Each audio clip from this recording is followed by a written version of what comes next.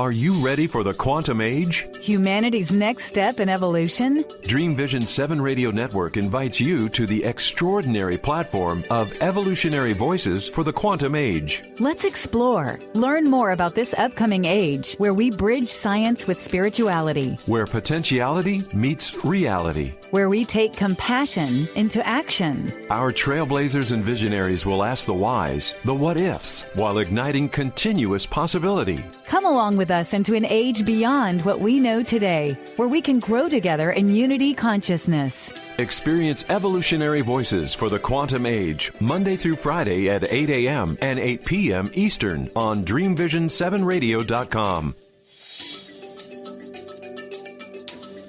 Welcome to Awakening to True Happiness with modern-day mystic David Hoffmeister, offering you the how-to to spiritual awakening by addressing on a practical level answers to your deepest questions. David Hoffmeister is a world-renowned teacher of A Course in Miracles and has been traveling the world for the past quarter of a century, offering his wisdom to audiences wherever invited.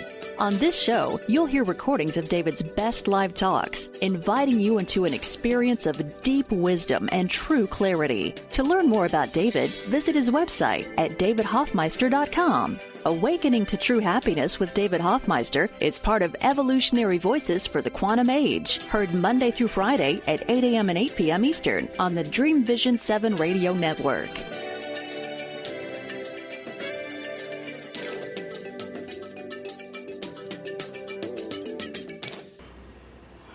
Yeah, it's always so beautiful seeing all these faces. I know some of you are stretched across the world in different time zones. I've seen during the warm-up wiping your eyes and just to be there and be with us and be awake and yeah, even in my life it would take something profound for me to set my alarm.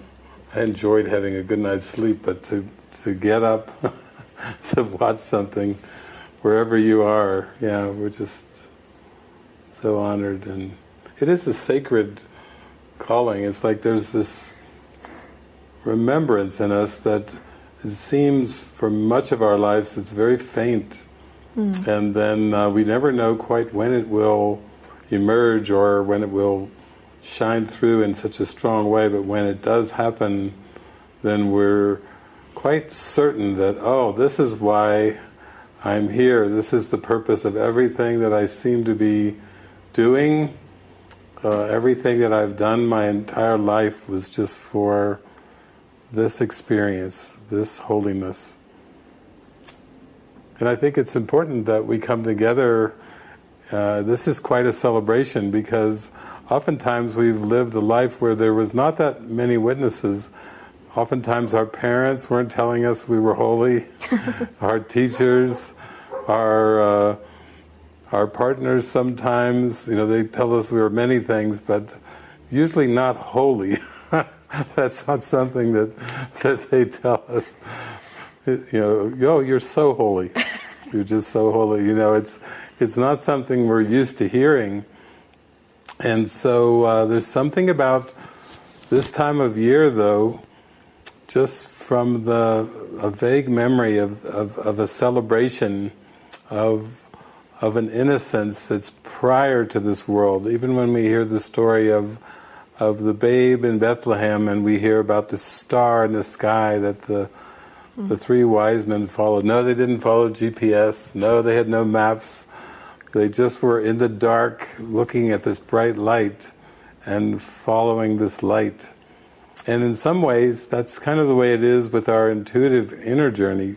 We feel there's a brightness, there's a hope, there's something sparkly inside of us, something innocent, something childlike even, that is still there. And for some of us, we have memories of Christmases, maybe with our biological family. Maybe there was just some moments during those Christmases where everything was quiet and still and sparkly and everyone was just gazing at each other with such love and gratitude, grateful that you could be together. And yet, I think as Mary Mary wrote in her question about specialness, that many of us have memories. I think, Mary, you were saying the Christmases were for fun, so much fun with the family, but there was also tension, and occasionally there was conflict that would break through. And then, as Jeff mentioned at the beginning, this idea of giving presents is very strange.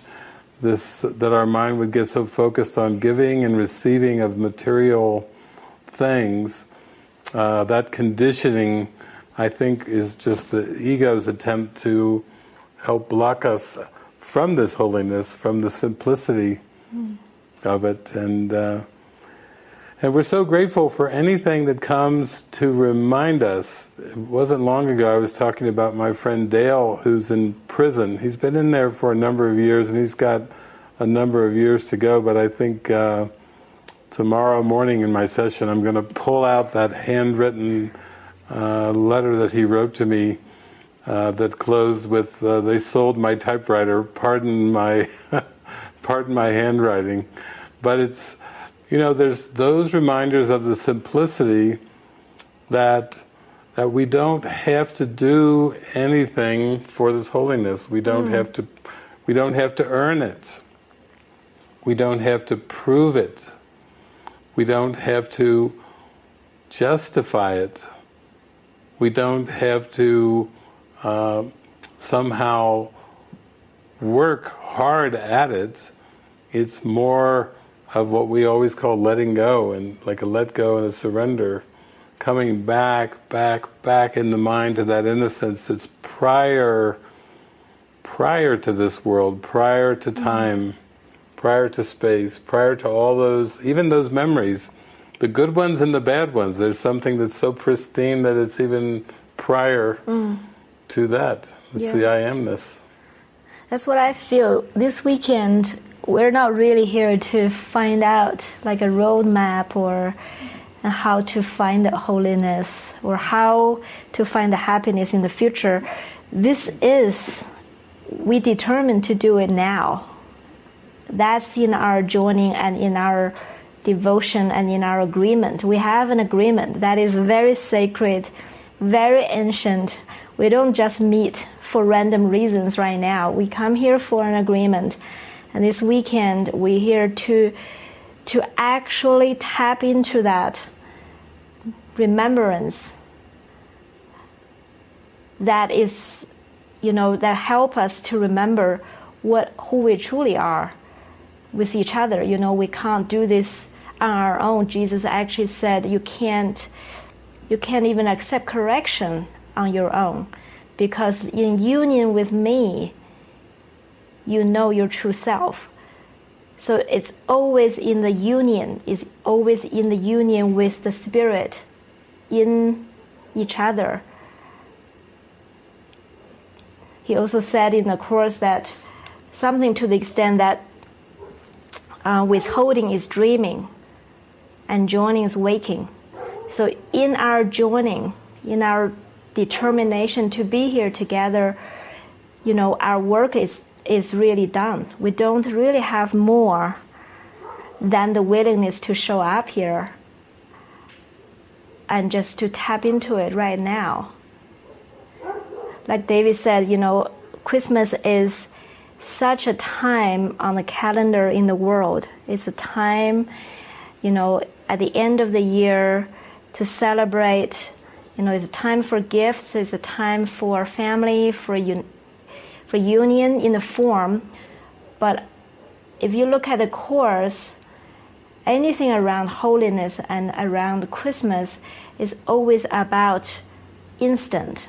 It has nothing to do with timeline. It has nothing to do with preparation.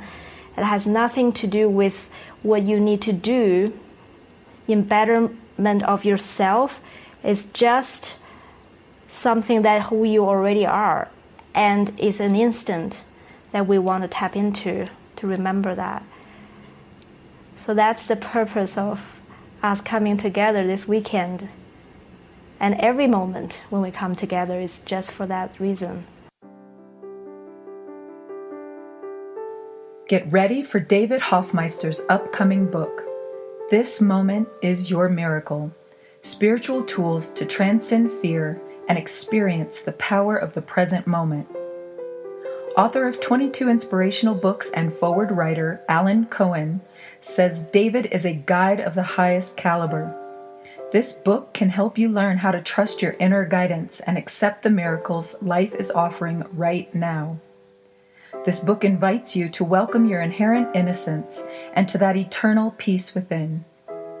New York Times bestseller Gabrielle Bernstein says about David, I love David's gentle teaching style and his genuine love for life. David walks his talk. If you would like to know more about this book, please go to davidhoffmeister.com or to our Facebook page titled, This Moment is Your Miracle. You can pre-order the book on Amazon.com. Published by New Harbinger, David's new book will be released on February 2nd, 2019.